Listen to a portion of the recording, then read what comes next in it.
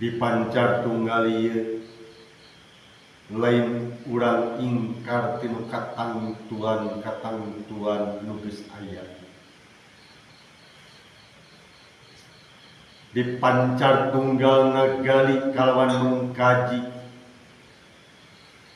abdi luhungna para leluhur ditatar Pasundan khususna di Nusantara umumna.